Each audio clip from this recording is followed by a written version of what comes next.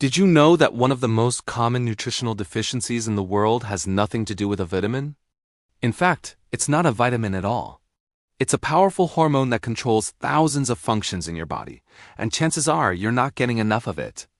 Welcome to The Better Habit, where we explore health and nutrition in a way that's realistic, sustainable, and actually works for your life. Today, we're talking about something crucial for your energy, your immune system, and your long-term health, vitamin D. So let's clear up the biggest misconception right away. We call it vitamin D, but scientifically, it's a steroid hormone. A vitamin is something your body can't make and must get from food. But your body can and does produce vitamin D when your skin is exposed to UVB rays from the sun. Once produced or consumed, your liver and kidneys convert it into its active form, calcitriol, which then travels throughout your body, acting like a master key. It plugs into receptors on your cells, in your brain, your bones, your gut, and especially your immune cells, and tells them what to do. Think of it like the manager of a massive company.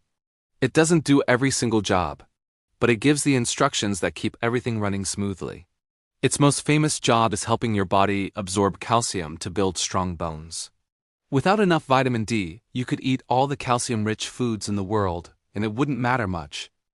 Your bones would become weak, a condition called osteomalacia in adults, but its role goes so much further than just bones.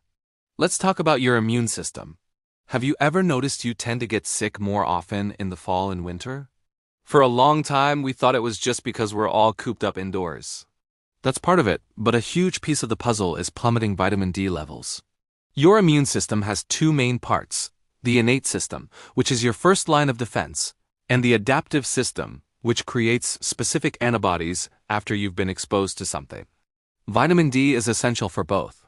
It helps your innate immune cells identify and destroy invaders, and it helps regulate your adaptive immune system so it doesn't overreact.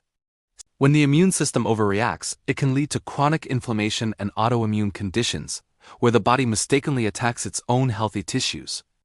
So adequate vitamin D doesn't just help you fight off a cold. It helps keep your entire immune response balanced and intelligent. The research on this is really compelling. Studies have shown strong links between low vitamin D levels and an increased risk of respiratory infections. And on the flip side, maintaining healthy levels seems to offer a protective effect, helping the body resolve infections more efficiently. Then there's the connection to cancer, which is a topic we need to approach carefully, but the science is promising.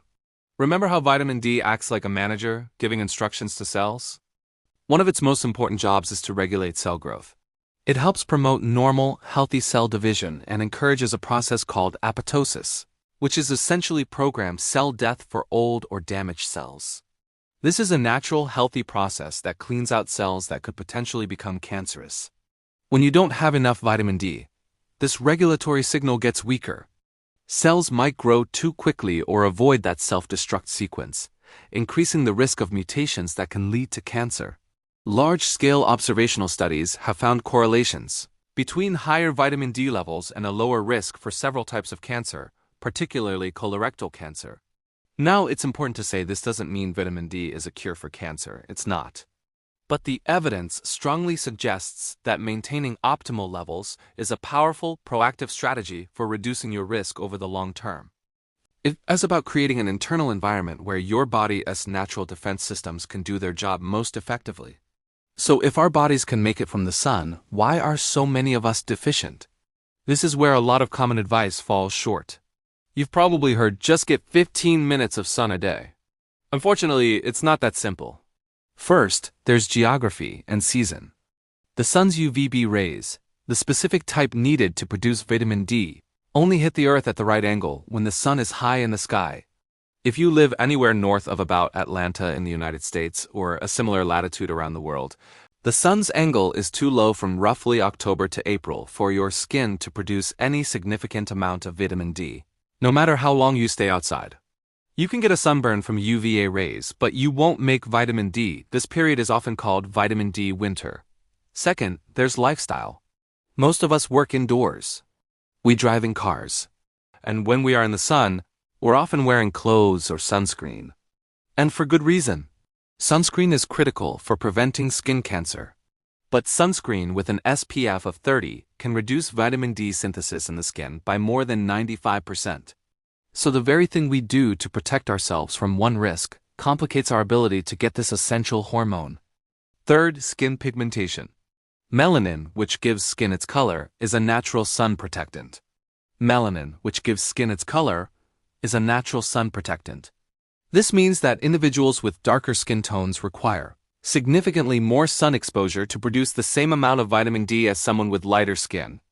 This is a major reason why deficiency rates are particularly high in populations with more melanin, especially in less sunny climates. And finally, age. As we get older, our skin becomes less efficient at producing vitamin D from sunlight. An older adult might need 2 to 3 times more sun exposure than a young person to make the same amount. So, when you combine geography, modern lifestyles, necessary sun protection, skin tone, and age, you can see why relying on the sun alone is an unreliable strategy for most people for most of the year. Food sources are also very limited. Fatty fish like salmon and mackerel contain some, as do fortified foods like milk and cereal, but it's incredibly difficult to get enough from diet alone to correct a deficiency. This brings us to the practical solution for most of us: supplementation. But this is where people get nervous, and rightfully so. How much should you take? Is it safe? Here's a simple, evidence-based approach. For most adults, a maintenance dose is somewhere between 1,000 and 4,000 international units, or IU, per day. A common and safe starting point for many is 2,000 IU daily, especially during that vitamin D winter from fall to spring. However, the best way to know your personal need is to get a blood test from your doctor. It's a simple test called a 25-hydroxyvitamin D test. This will tell you your exact level, and your doctor can recommend a personalized dose to get you to an optimal range, which is generally considered to be between 40 and 60 nanograms per milliliter. Now, let's talk about how to supplement safely and effectively. This is where another key player comes in: vitamin K2. You can think of vitamin D and vitamin K2 as a team. Vitamin D's job is to increase calcium absorption in your gut. But once that calcium is in your bloodstream, it needs to be told where to go. That's vitamin K2's job. K2 activates proteins that direct calcium into your bones and teeth where you want it.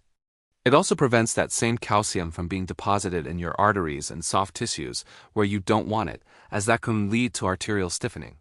Taking high doses of vitamin D without enough. K2 is like having a delivery truck drop off a ton of bricks in your front yard with no construction workers to build the wall. The materials are there, but they aren't being put in the right place and can even cause problems. So the habit we're building here isn't just about taking vitamin D, it's about taking it smartly. The form of K2 you'll want to look for is called MK7, as it stays in the body longer. A good rule of thumb is to take about 100 micrograms of K2 for every 1,000 to 2,000 IU of vitamin D3 you supplement with. Many supplements now combine D3 and K2 in one convenient pill, which makes it incredibly simple. And one last tip for making this habit stick: take your supplement with a meal that contains some fat. Vitamin D is a fat-soluble vitamin, which means it needs fat to be absorbed properly. Taking it with your breakfast avocado, your lunchtime salad with olive oil, or your dinner is an easy way to boost its effectiveness. So, let's bring this all together into one simple, actionable takeaway. We're not aiming for perfection or a complicated supplement regimen. We're building a foundation for long-term health.